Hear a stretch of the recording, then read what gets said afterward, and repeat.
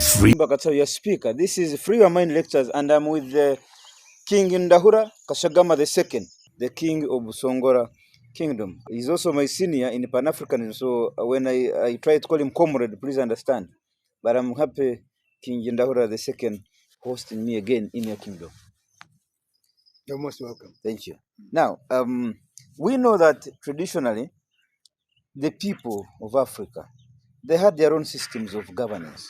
Traditional institutions would actually manage the affairs of the people that they managed. When there was a problem between families, when there were problems between homes, man and woman, children, and so on, the communities had their own system of management, what they call the cultural institutions, the traditional institutions that would manage these issues. And today we see that there is a backlog of these cases in the courts. And I think recently you heard the Chief Justice saying, for as long as we continue bring all these cases to now the modern way of managing issues at court, there's going to be a very big backlog of cases. He was actually advising that I think it's high time we went back to the traditional courts as well, so that the kings can also have or play a role in solving some of these problems. And I think one of them was land and so on. I would like to hear your idea on this. Well, first of all, let me just say that the institution of government is old in Africa. It did not come from abroad. Mm. Africans have always had government and self-governance. We have had courts for thousands of years. We have had The traditional courts you're talking about. Even the European courts were copied from Africa. You know, the institution of courts, of the court itself, the first mention of it in texts in reference to Africa, ancient Egypt, or Kush. Yes, they copied from us. Yes, the systems of government that we know of, human government, began in Africa. That's where humanity started, as far as we know, and the oldest recorded history of government is in Africa. It's in ancient Egypt, it's in ancient Kush, and then in Sumeria and Asia and in Europe, right? So government is a human institution. It's not something that was introduced from outside. And there's nothing foreign or abnormal about having parliaments or having courts or having executives and cabinets and republics and kingdoms and whatever. All these things are not new, they are old. Right? When they talk about the democracy in ancient Greece, they forget that ancient Egypt, which is much older than ancient Greece, had a parliament. They had a ceremonial pharaoh, they had viziers and prime ministers, and we know some of their names dating from before Christ. So there is nothing foreign about having a court system. And I think what you're referring to is the fact that the current social system the court system that we have in Uganda requires a certain number of judges in order to operate. We are going through a sort of a revolutionary time where we're transitioning into a modern industrial economy. And there have been problems over the last 100 years because of colonial occupation that destroyed the African traditional court systems. And as a result, we've had a massive backlog and unresolved crimes and punishment systems that are new to us or maybe unacceptable or unclear. And this is the problem. So the government of Uganda and the United Nations, working together with other institutions around the world, came to the realization that community rights and human rights requires the reintroduction of traditional courts. And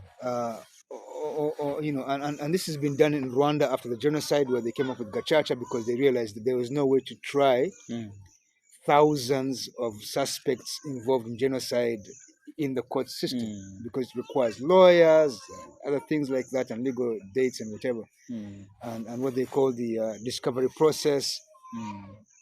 So all these limitations are understood, and they're saying, in Uganda, we could have traditional courts assist to reduce the backlog. There are many cases where, for instance, uh, simple torts, things like debts that could be resolved very easily, end up going to court when they could have been resolved at the village level or by traditional courts.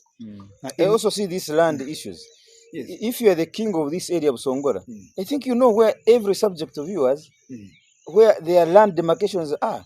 It is different from the high court in Kampala coming here to resolve a land conflict where you even don't know any subject, where you don't know the demarcations, yet the king there knows that this is subject so and so, his land is supposed to pass here. So I think in that context, especially the land issues, you find a land case has taken 10 years. But the person you are before as a judge even doesn't know where Busongora Kingdom is, doesn't know where Irumba is, but you know them as a king. One of the problems we're having is that the vast majority of land in Uganda is not titled land. It's not registered land. So it's what they call customary or communal land. And when somebody brings a case of criminal trespass, because people have encroached on their land, the defense that's given is, oh no, I have a claim on that land. At which point the court is forced to say, you know what, go back to civil court. Now, if you file a civil charge against somebody, then you have to come and prove Ownership. in court ownership, where'd you get the land, all that stuff. And usually, it involves a lot of travel, bring witnesses, there's witness intimidation, all that kind of stuff. However, if you had a traditional court, like you said, they are much closer to the ground. And not only that, the law in Uganda now is very clear. The Land Act, Section 88, says all customary and communal land in Uganda is under the custodianship of traditional authorities, including the traditional leader. They mean you people. Yes. You, the leaders. Yes. And I think 90% of all the land in Uganda should be adjudicated by traditional authorities. Not only because they're on the ground,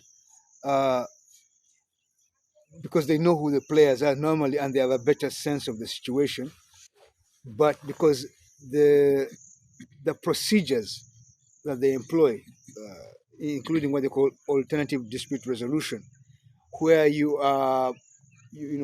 can resolve these issues by doing what they call natural justice or equity, where you're making decisions that are equitable, so that it's not simply the question of finding ownership, which is what is fair.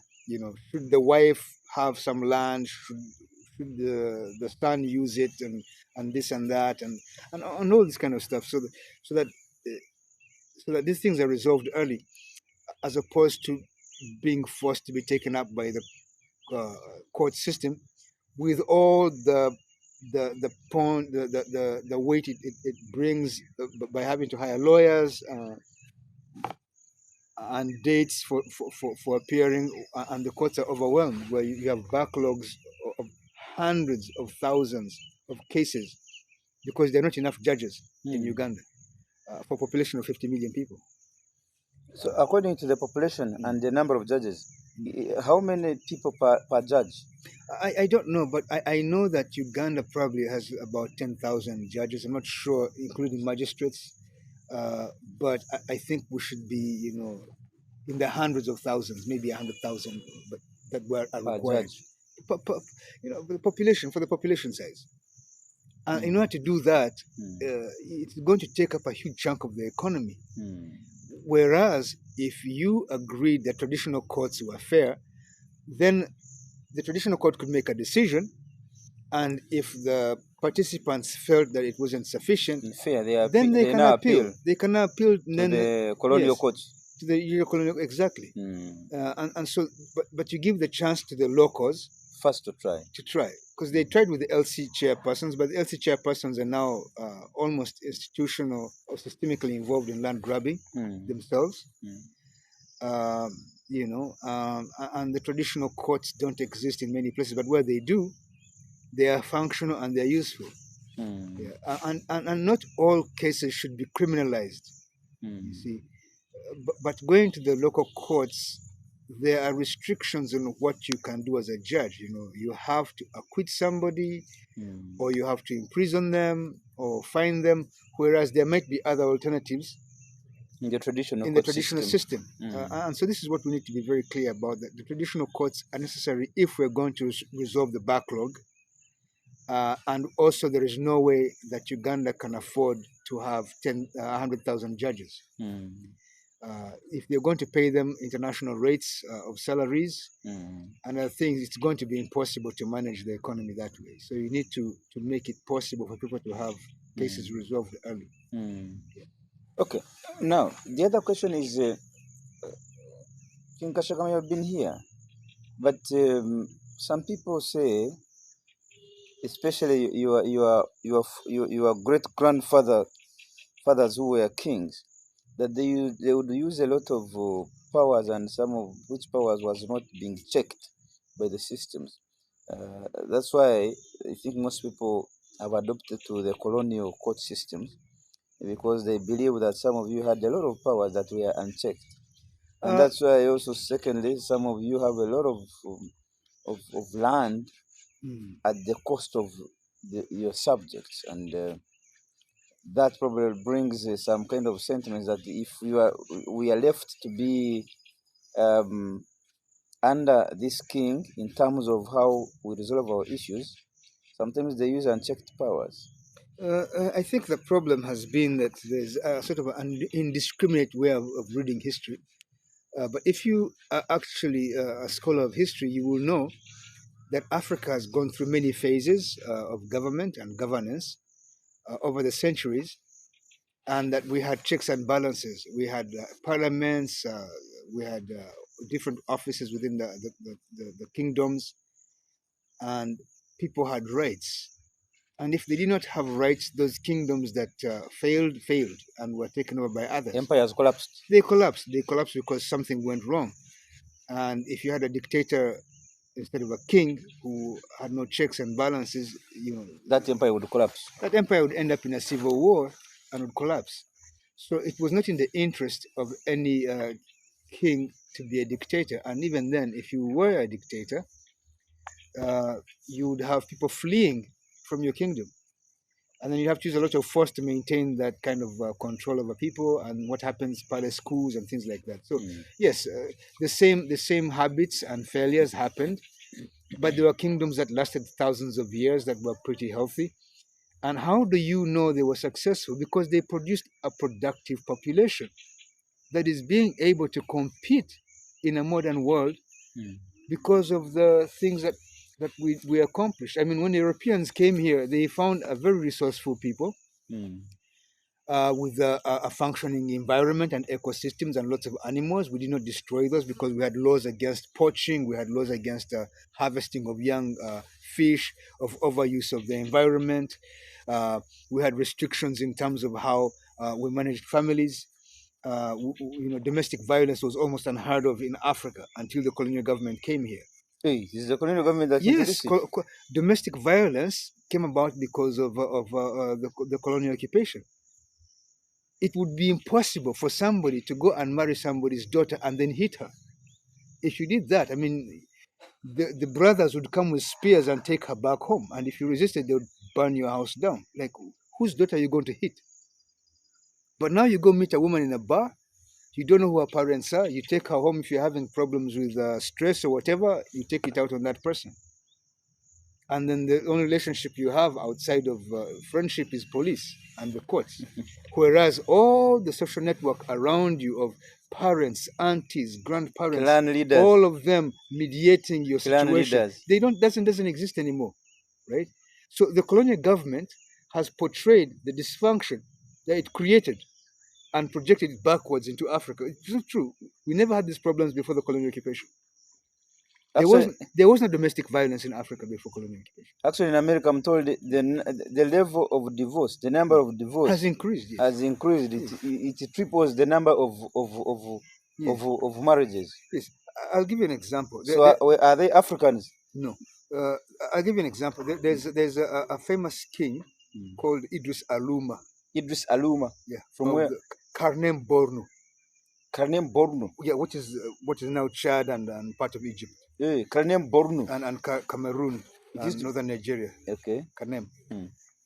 When he became king, he was asked what his ambition was. He said, "Oh, I would like to run a kingdom that is so safe that a woman naked and covered only in gold can cross from one side of the kingdom to the other without being having the gold stolen or being molested." And he was able to accomplish that. How? He had peace. He made sure that there were police there, protections and rights of people that were recognized. So if you're talking about the rights of women, obviously they were more before than we have less now. Then now. Yes.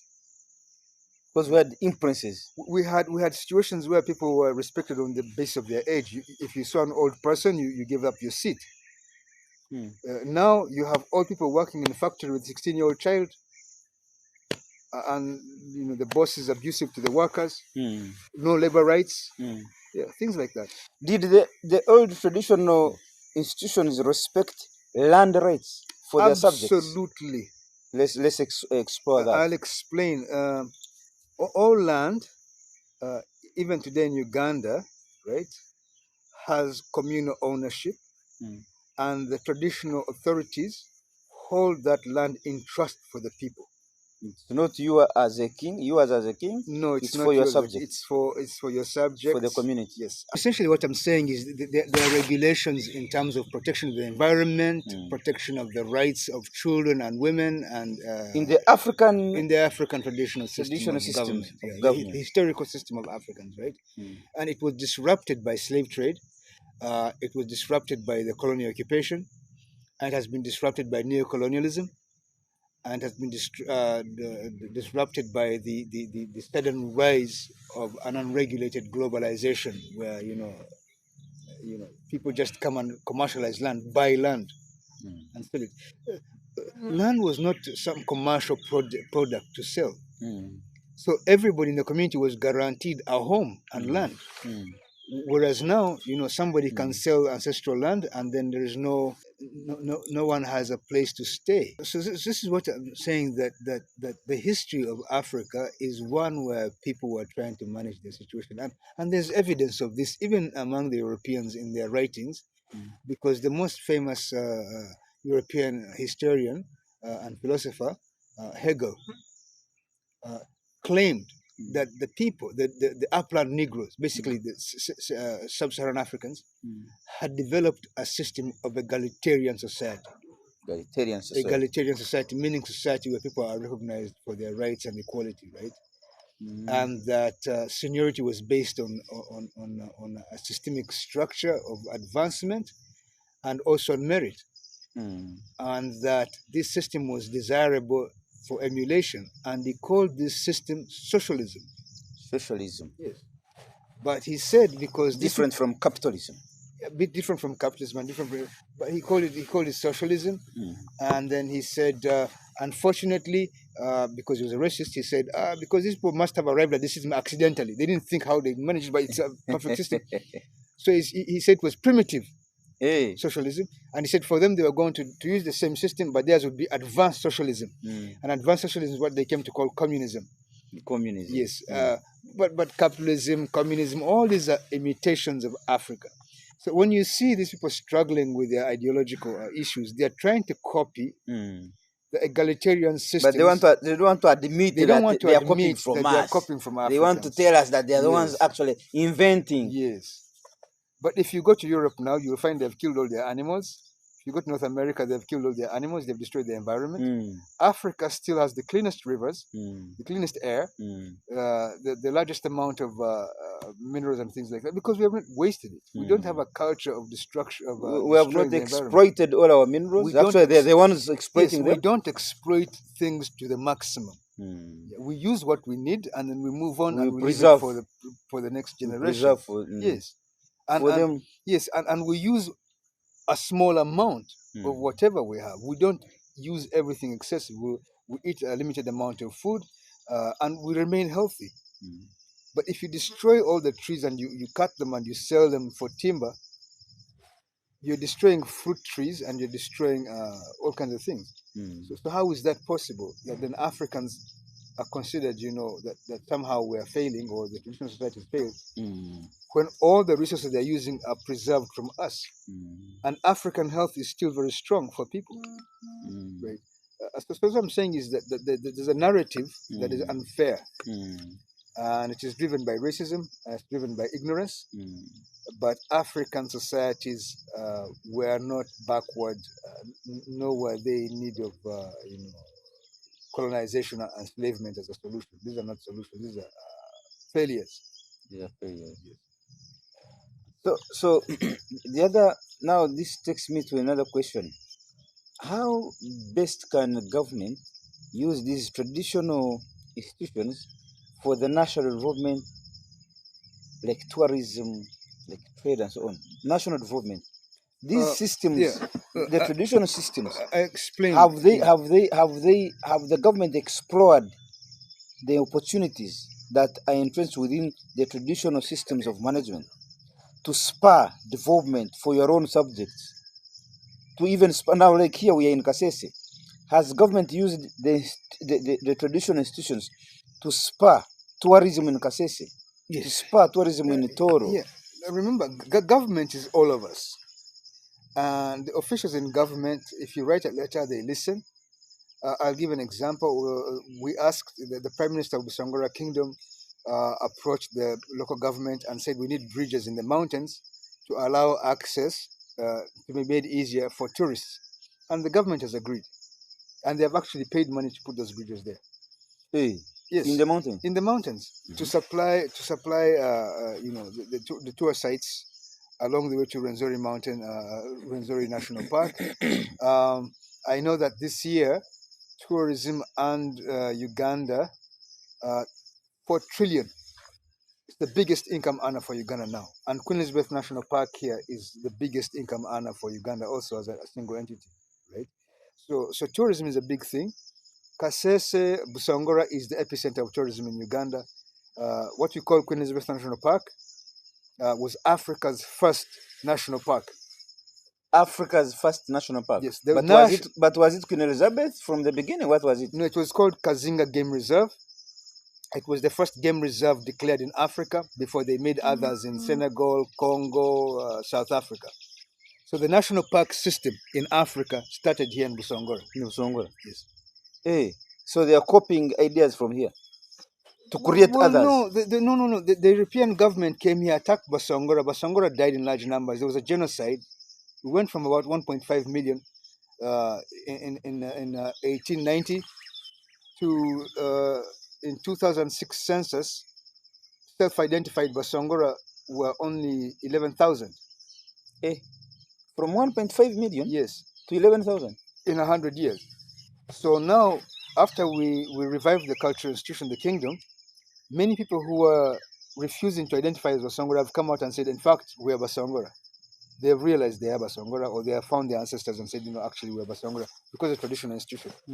But not only that, people are now beginning to feel a sense of ownership and agency when it comes to tourism and sense culture. Of belonging. Yes, because the cultural institutions exist now. And they attract a lot of tourists. Yes.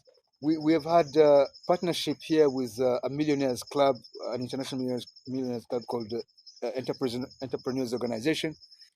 And they come here to the palace. They go to the lodges here, Mwea Lodge, which used to be a palace of Busongora Kingdom.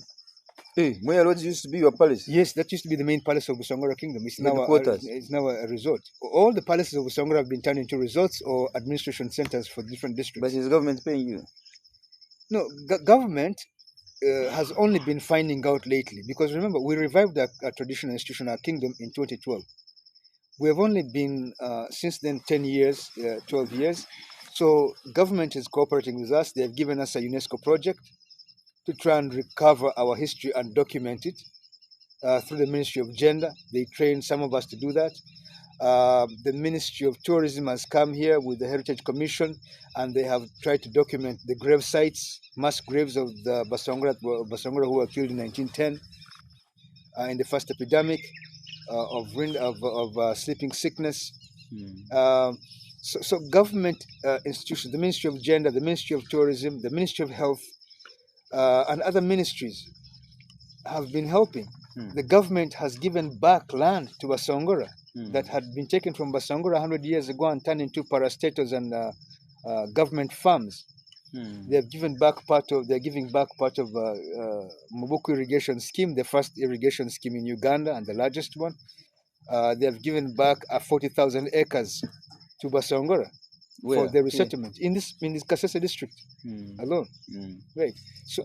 I also seen a canal passing here. There's a canal. The canal was built by government, by the Ministry of Water, to supply the area called Songora in Mobuku irrigation scheme. Yes. And they have promised to give acreage back to Basongora, who were removed there from in 1988. So government has been cooperating. Not only this government, but every government in Uganda since 1959 has been trying to compensate Basongora and giving back land after realizing the atrocities that were committed here. And do you have some powerful government people, Basongora, in this government? No, not that I'm aware of, but I know that the reason we've been successful is if you make a coherent argument. Any government with the will facts. listen, yes, because we got land from this current government, the NRM government. We got land from the Obote government, several hundred thousand acres. We got land from the Amin government. Basongora got land. We got land from the original Obote government. We got land from the colonial government that Basongora are still using and settling on. So, and what's happened is that the first instigator of this land acquisition was a Msongora named Professor Solomon Katana, who was one of the people who signed the independence agreement in Lancaster, in London. He was one of the first African members of the LEGCO, the original African parliament, after the colonial government began to hand over power. So he complained and said, don't put Basongora in refugee camps, give them back part of their land, and the government agreed. Then he asked Amin, later on Amin also agreed, and so on and so forth. So many Basongora over the years have been influential in trying to get these things back. I also heard James Cousin Delete was Msongora. James Cousin was Msongora. There are many Basongora in government now. They don't live in Kasese, but they are part of Basongora in other places. Others are in other districts and other areas. In Bunyoro and Buganda, but I think I've been told, I was updated, there's now at least 7 members of parliament who identify as Basongora. 7 members of parliament? Yes. Like who? You don't want to mention? I don't have to mention their names, but I can say, I don't know if it's fair. It is fair. Okay, I think Margaret Muhangi. It's good to Margaret Muhanga. Yeah, Muhanga. I think her brother. Margaret Muhanga is a sister to Andrew Mwenda. They are Basongora. Well, that's what I know. Andrew is a Mutoro from a lot of Kanyandahi. Yes, a lot of Batoro. Toro, the area that is now Toro here, was given to Toro in 1894. 1894. Yesterday. Yeah, the original Toro was located in what they call the Lost Counties, Viaga and Lugangaizi, in South Bunyoro. That was the Toro that was formed by the Kaweyo Kasusunkwanzi, the son of the king Chebambe Nyamtukura of Bunyoro. When his son Kaweyo revolted, he formed Toro Kingdom. It lasted for 40 years. It was unstable with 8 kings, one after another, and then others deposing each other. It was destroyed by Kabalega. It disappeared for 20 years. And then when it was reinstated, instead of taking it back to Bunyoro, it was put in Busongora, northern Busongora. So all of the people who are indigenous Bahuma, in what you call Toro, if you check properly, they are Basongora. Andrew Mwenda and Margaret Muhanga are one of them. As far as I know, you have to confirm. Have you had this debate with Andrew Mwenda? Yeah, I met Andrew Mwenda. Initially, we met at the Sorokano of Bakuru Batoro. He initially said he was talking on behalf of Batoro and saying, every part is Toro. And then I met him in Kapeka, and he said he was a Musongora. Unless he was joking, I have no reason to disbelieve that. But as far as I know, the vast majority of indigenous Batoro are Basongora. You may also find them in Msongora. Why not? Yes. People from Bunyangabu. Because they come from Bunyangabu. Bunyangabu is Msongora. all of the areas such as Musizi, all of Chaka, Chitagwenda, Chitagweta, Mwenge was Busongora. It's now considered to be Buganda or Toro, but it's Busongora. So the issue for me is not that, you know what, anybody is free to identify how they want. But again, I explained a lot of the people in Uganda were at one point part of the Basongora. Chwezi Empire. So they were at that point identifying as Bachwezi or as Basongora, either one. It's the same thing. But of course, new kingdoms came about, and now they're Banyoro, others are Batoro, others are Baganda, others are whatever. But you can trace the ancestry. Now, I can tell you that the 5 non-Sangwa clans of Buganda originate from Busongora, as well as 2 others, including the Nsenene clan. The Nsenene clan is unique in the sense that they were the last group of royals to emigrate to Buganda. Immigrating from Busongora? Busongora, yes. What are the other 5 clans? The non-Sangwa clans of Buganda. I know there's the Fumbe, there's the clan? There's the Ngabi, and there's another one. There's several. You can find that. But what I'm saying is, I'm not saying everybody. Pologoma? No, I don't think so. But what I'm saying is this, right? Not everybody is a Musongora, and everybody is free to identify as the polity where they're living. If you're Muganda, even if you're of the same clan, you're a Muganda. Right? But in the case of Toro, of course, people are free, but you can still identify and say, you know what? The children of Kakurora, one of the founders of Toro Kingdom in 1894, was a Musongora. The mother of the king Kashagama was a Musongora princess called Victoria Kahinju. The wife of the king Kashagama of Toro, Damali, was a Musongora. So, you know, half of the royals and their ancestry is all Basongora, but they are Batoro nonetheless. Yeah. So the issue for me is not that, but I know that many people who are in government now have parentage or ancestry that's Basongora. It's fine. Either they are recent Basongora or farther back, it's up to them. It doesn't stop them from being Batoro or Basongora or Banyankole or whatever, but I can trace their ancestry. Let's not force them to belong where... You don't have to force them. But as far as I know, that many people in government have ancestry that's Basongora, but I can trace Basongora in almost all the cultural communities in Uganda. Everybody has some Basongora, some Basongora people. Blood. Let's go back to how the cultural institutions are collaborating with the government in terms of national development and tourism, and of course promotion of culture. You know, culture and tradition. That's actually the biggest tourism attraction. One of them. You cannot separate culture and tradition from tourism, especially in Africa. Let's expound more on that. How government is facilitating. The thing is, cultural tourism is a big income earner for Uganda. The government is aware of efforts at cultural tourism.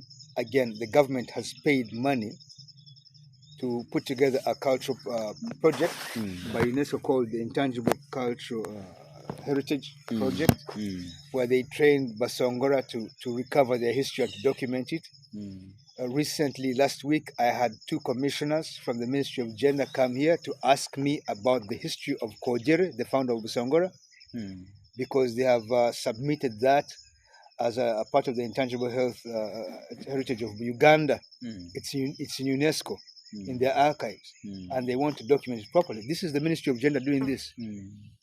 So now they have put centers in these areas where the different groups of Uganda that recognize Kojere as their ancestral founder also.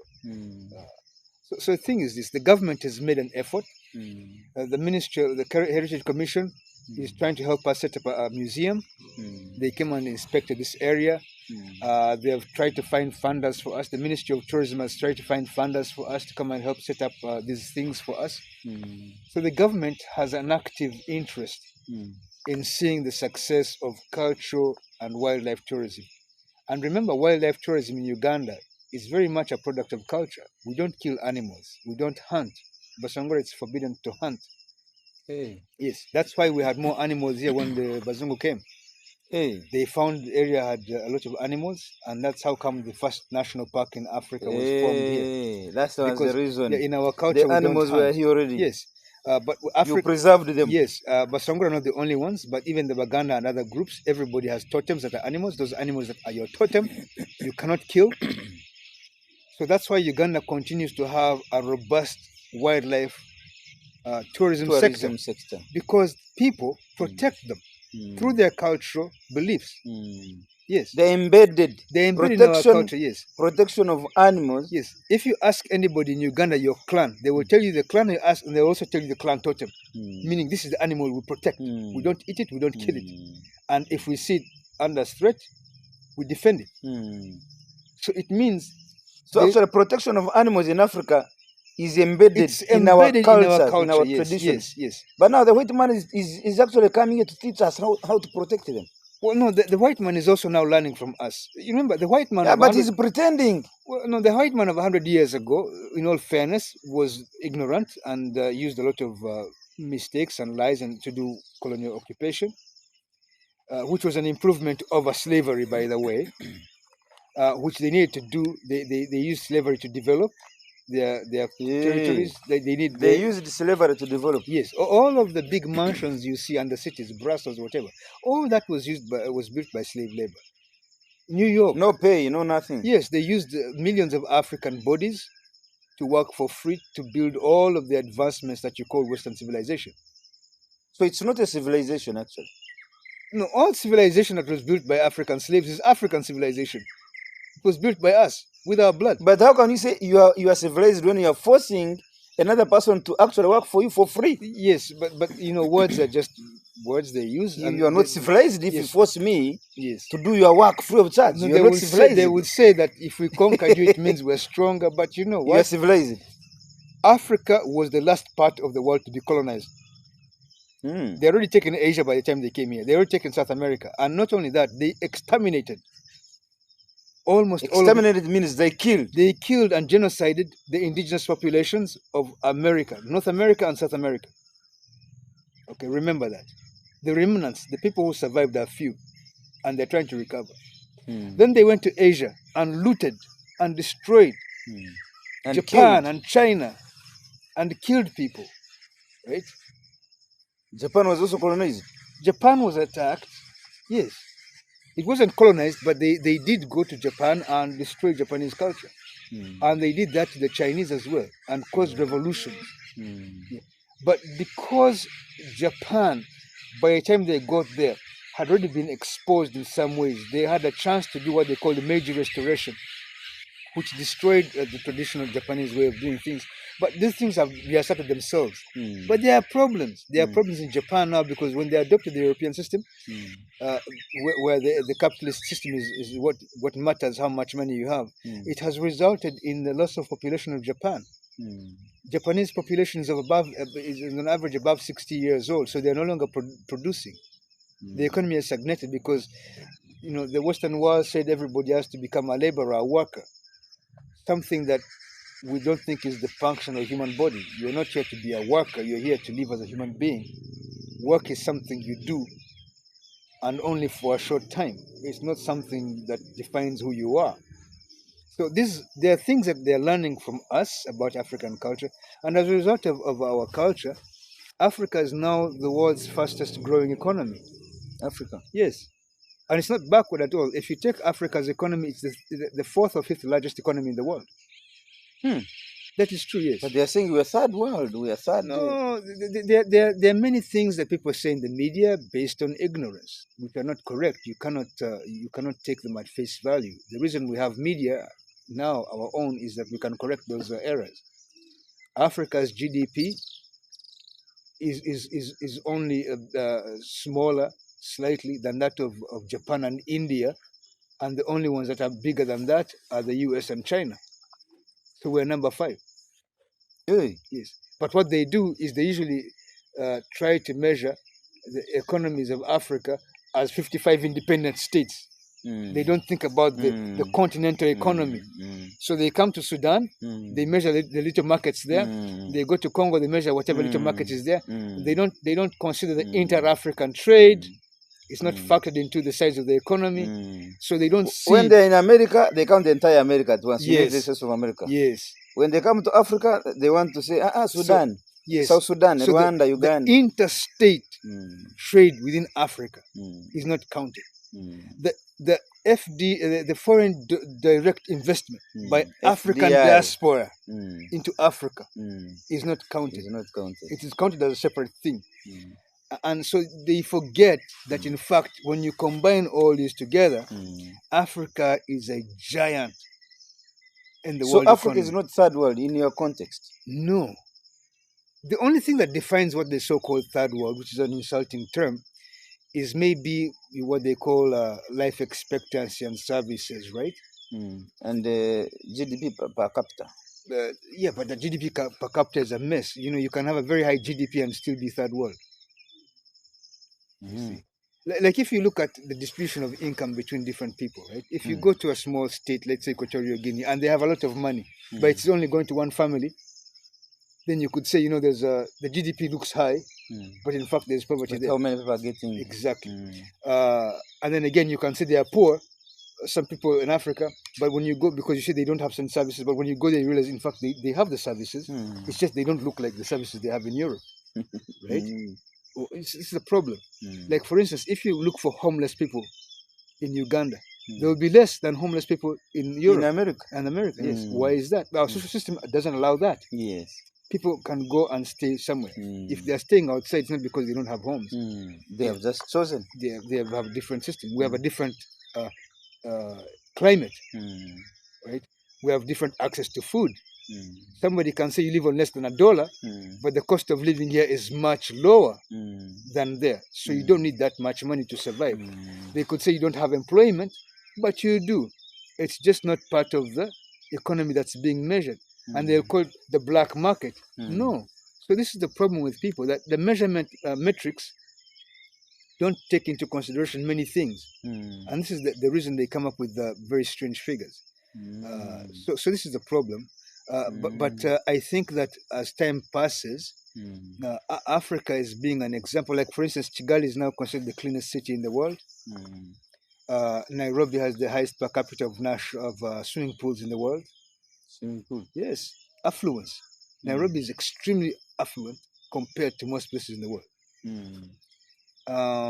You know, South Africa has the most expensive real estate in the world. In the world? So does Angola. You know, the South Africans now are the biggest supplier of electronics for the U.S. Army. We have the most advanced industrial base in production of certain types of things, right? Nobody can produce those things. Not to mention minerals, right? 70% of the world's most essential minerals all come from Africa. Yes, there are pockets of poverty and chaos where there's war and civil problems, right? But there's also successes, and people don't want to understand that. But if you want to see real estate, the best, you have to come to Africa now.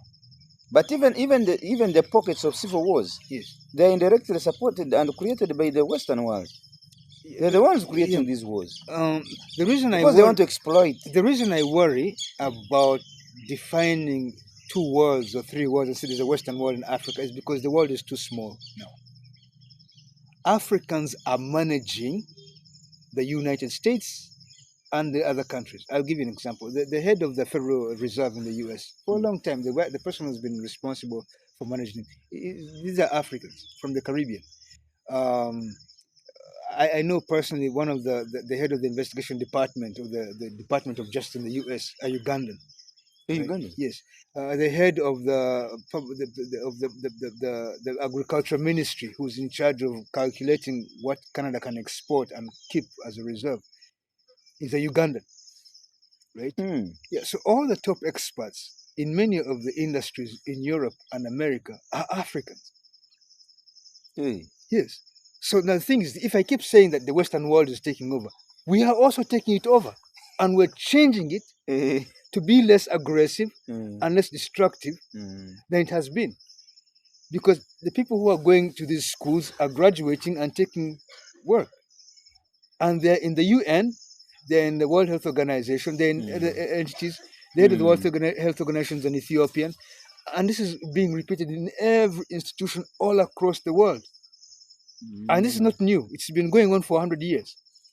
So the idea that Africans are somehow victims only, are not agents in an international community. No, the world system is improving and becoming better because of our influence and engagement at the level of the UN and the international agencies.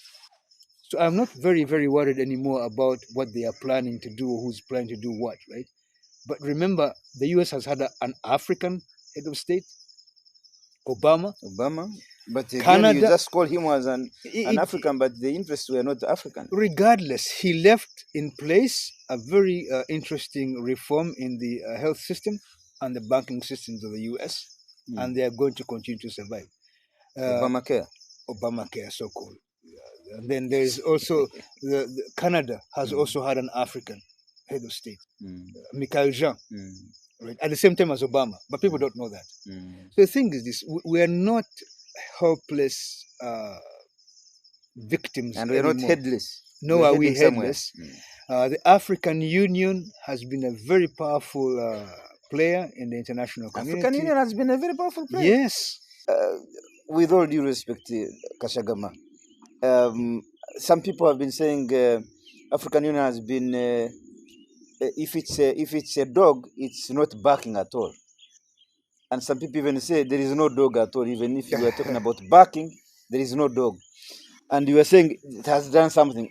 Take us through, what has it done? What has it done? The African Union. What are the tangible things that African Union has done that someone can say, okay? First, let's define what is the African Union. The African Union is the thing that grew out of the Organization of African Unity when it merged with the African Economic Commission. It was initially OAU, now it is AU. Now it's AU, exactly. So now, in its formation in 1963, it created certain institutions alongside its starting, including such things as NEPAD, but that was later. But it had the African Development Bank, ADB, as well as UNECA, the United Nations Economic Commission for Africa. Right? All these were the subsidiary organs that were created in support, feeding into the bigger Organization of African Unity. The mobilization it created is what created these things. Now, the African Development Bank, which is one of the top-rated banks in the world, depends for its funding of the grants that run Africa, or the projects on the roads and whatever, all these grants that you see. A lot of roads in Uganda and other places are built with money or arrangements created by ADB or endorsed by the ADB. Whatever big corporations and companies come to Africa, the ADB does a lot of the due diligence required and provides the expertise to the African governments to evaluate these things. So the ADB has something called the Nigerian Trust Fund. Nigerian Trust Fund. Yes, which is what the original fund that funds the development in Africa.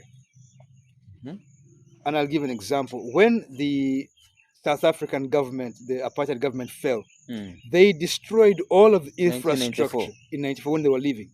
They put sand into the machinery, they dismantled the machinery, and the African Development Bank stepped in very quickly with the Organization of African Unity at the time to stop South Africa from collapsing. The economy that South Africa got back was based on the intervention of the African Union and the ADB and UNECA and other things. And they set up NEPAD to help with that.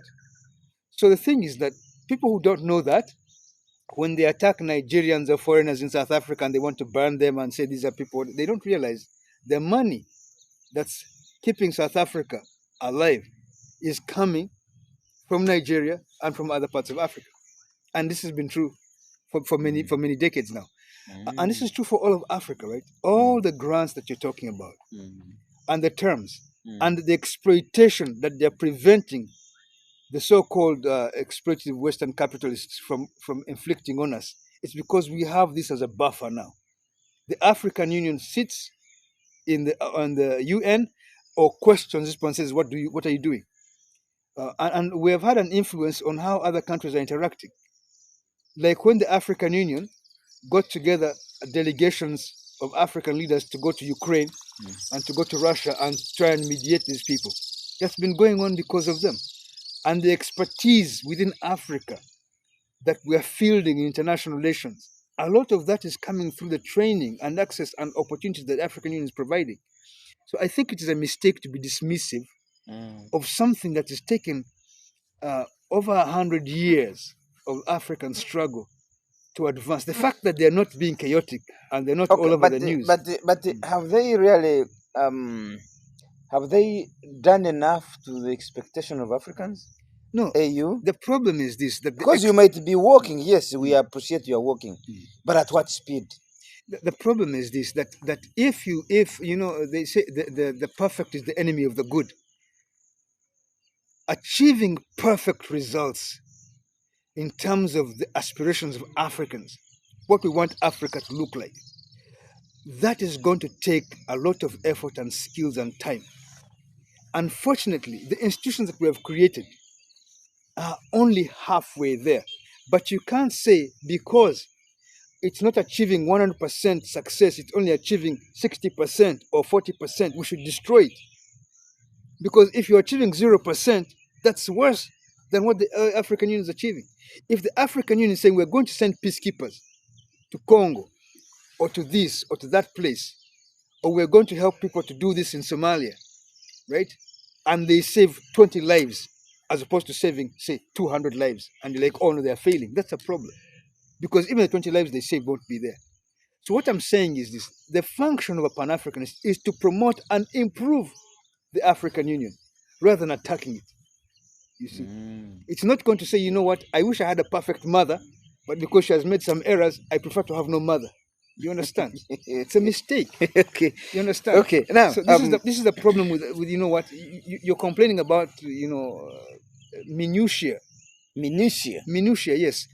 Things that you need to assist. The question any African I would ask you to ask yourself is, what have you personally done to help Africa?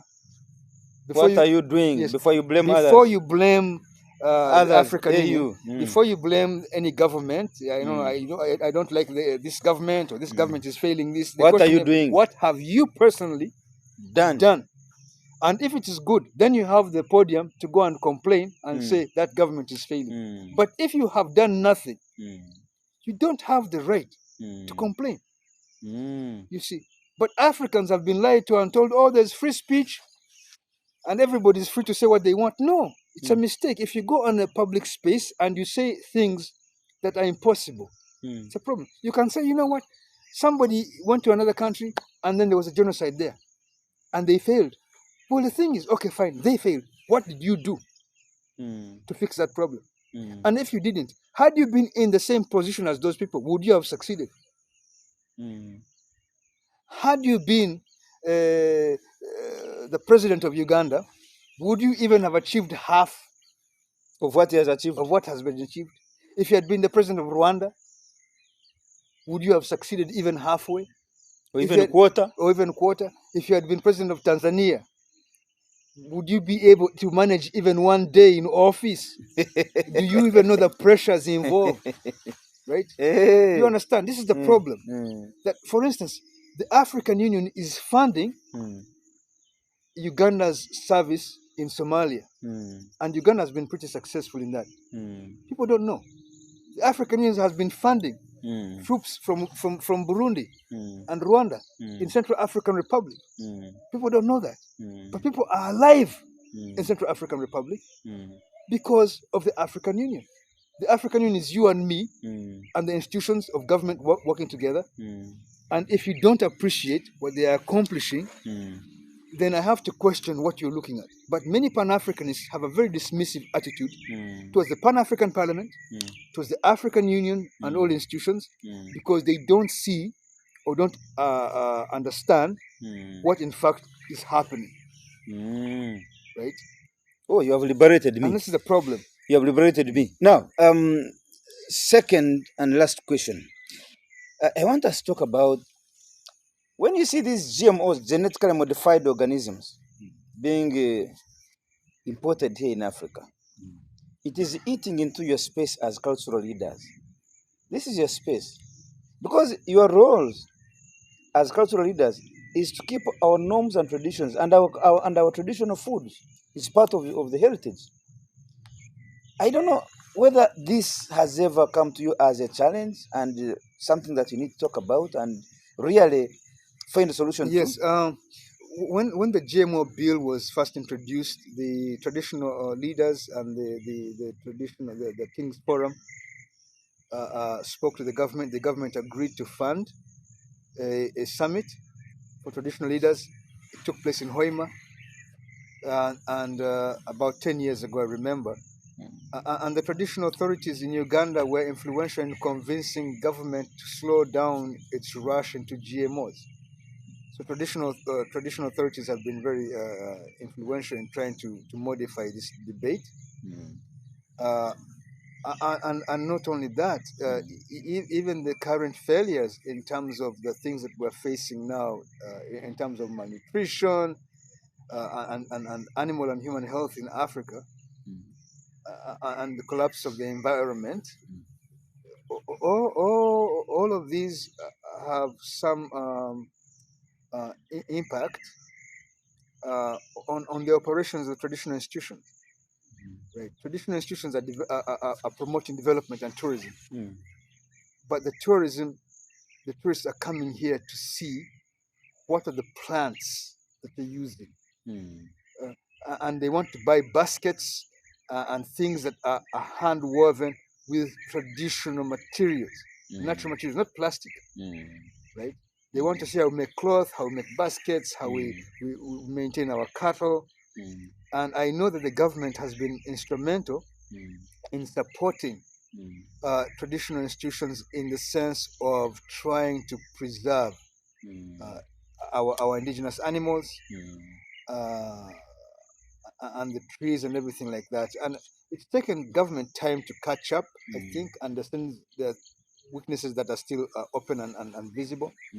But I think that in due course, as traditional institutions become more vocal and more organized and better managed, that it's going to become easier and easier to achieve the things that you're talking about. Okay. Yes. Well, then finally, I want also to get your 2 cents on the LGBTQ challenge in Africa. Yes. It's good that as we speak right now, Uganda, the Constitutional Court has just quashed the appeal by Andrew Mwenda. By and his appeal by team. Andrew Mwenda, yes. And Andrew Mwenda is your fellow Musongola. As far as based on his own remarks, Yes. I don't know if he was joking or serious, but yes. Your fellow Musongola is supporting that LGBTQ should have space in Africa. But and they want to use human rights to defend human wrongs. Okay. Because these rights are for human beings. Now, I have been asked and I've had contact with district authorities and also people in the state government who are concerned about this issue. And I'm hoping to add my 2 cents worth about actually what this whole thing is about. I was interviewed about this problem some years back by the pastor Martin Sempa, on one his of project, the crusaders of the anti-LGBTQ. He's my friend. Yes, Sempa called me on his program on I think WBS at the time, called 360, and they interviewed me about this, and I explained the problem and the framing of this problem and why it was causing conflict and a lot of heat when it need not do that. First, I addressed the origins. Why are there people today who are LGBTQ or whatever? And I had a theory. And there are studies that are being done that are showing that increasingly around the planet, we're having a lot of biological aberrations that are leading to people who are being born with many, many defects, including autism, what they call HDD, hyperactive disorders and lack of attention deficit disorders, and also uh, biological body, the number of people who are born who are intersex, who are born who are neither male or female, or who are born with both expressions of sexual and gender in their bodies, in the body of one person, their number is increasing. Mm. And this is also true for animals. And Mm. they're saying the culprit in this is something called endocrine disruptors. Endocrine disrupt. The endocrine system in the human body is what's responsible for sexual development. Mhm. So if you take endocrine disruptors, such as bisphenol A, and you feed it to a young boy who is less than a year old, a child, a toddler, it's going to give them expressions of feminine body parts as they're maturing. Mm. So we're saying to these people that the problem we're facing is called endocrine disruptor syndrome. It is what is causing people to be born who are male, who think they are female, and females who think they are male, and others who have other problems entirely unrelated to sex, but to even simple mental functions. You're seeing small children who are 16 years old and they look 30. A child who should be 5 years old is menstruating. Is that normal? Are you going to imprison a menstruating 5-year-old? Right? What are you going to do for them? Right? So this is the problem now. So what's causing that? Pollution. We are dumping toxic waste, endocrine disruptors into the water. We're putting it in the food we're eating. Okay? And now we're not responsible for the consequences of that. It's changing the animals, it's changing the people. We're spraying toxins into our food. But that's the white man's work. Regardless, if I come to your house and I tell you to start doing wrong things, right? And they cause your children to become delinquent and to stop being boys and they become girls. And they don't become fully girls, but they're not fully boys and they're confused. And then I say to you, the cause of this is plastics, which I brought to your house. Will you take the plastics and throw them out? Yeah. Yes. So in Kigali and in Nairobi, you can't carry plastic bags in some places. But in Uganda, they have tried to ban this problem and it's continuing. You know why? The problem is Andrew Mwenda's case doesn't address that. It addresses only the rights Of LGBTQ. of LGBT or human rights or whatever it is. Mm. The problem is these human rights don't exist in a vacuum. They need to be addressed comprehensively. What is the cause of the conflict in Africa regarding LGBTQ and other problems? Is it only the economy, the way we are structured in society, so where families have broken up? We're getting higher divorce rates. We're having kids who are delinquent. We have a lot of unemployment, not caused by failure to find jobs, but because people can't function in an employment environment, even when it's functional, right? Because they don't know how to respond to their boss. They go to work and they want to abuse everybody, or they don't know how to follow orders. And this is caused by attention deficit disorder, a curable problem or preventable problem if you make sure your children are not eating toxic food, right? So how do we avoid these We need to GMOs and toxic foods? we need to stop people from eating trash. We need to ban plastics in our food. We need to find endocrine disruptors, identify them. There should be a special task force in the State House or some ministry that is going to list all the endocrine disruptors that are coming from other countries and that are being produced in Uganda and block them. And we should go back to carrying our food in paper bags. Yeah. Yes. And stop using plastics. We stop using these plastic bottles and start using glass, And banana fibers, banana fibers, banana leaves. clean paper that's from renewable sources like grass or hemp or whatever. Mm. And we stop using budea. People are cooking. You go to a restaurant and you find people cooking food in budea. Mm. Ugandans know what that is, plastic. Yes. And you go, you check your matoki and it has got a blue stripe and a white stripe and you still eat it. You're eating plastic, toxic waste. Right? And then you ask yourself why people are turning into LGBTQ. And I told this to Sempa, and I think for a while he stopped. I don't know why he forgot and started attacking people again. Right?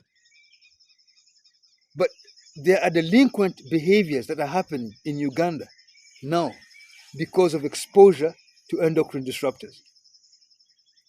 And so for me, I'm thinking, before we can even take another step into whether we are arresting or criminalizing or imprisoning people for whatever, we have to do another step, which is to find what is the cause of this. What arrangements have we made in a society that are resulting in this problem, and deal with it? Well, Right? my king here, Kashagama, the second, I thank you so much, Ndahura, the second, I thank you so much for your time. I thank you so much, our listeners. Please follow us on our social media platforms, the Spy Television, Pan-African Pyramid YouTube channels. And we also on YouTube, on WhatsApp, we on TikTok, we on Instagram. Follow us, the Spy Television, the Spy Uganda, the Pan-African Pyramid. And please don't forget to follow this show on NBS Television from 4 to 5 p.m. on Saturdays. My name is Andrew Irumba Katsabe, and I'm powered by NBS Television, the Spy Uganda, Detective UG, and I've been hosted here by my senior brother in Pan-Africanism, who is also the king of Usongora, Ndahura Kashagama. Ndahura Kashagama. Ndahura the second Kashagama. Kashagama. Thank you so much for allowing me to sit here with you in your compound and have such an interesting debate for Africa. And we say, Africa, don't agonize, organize. Thank you so much. Thanks. You're most welcome, and thank you for the opportunity to be able to explain these things to the public. Thank you. Free your mind.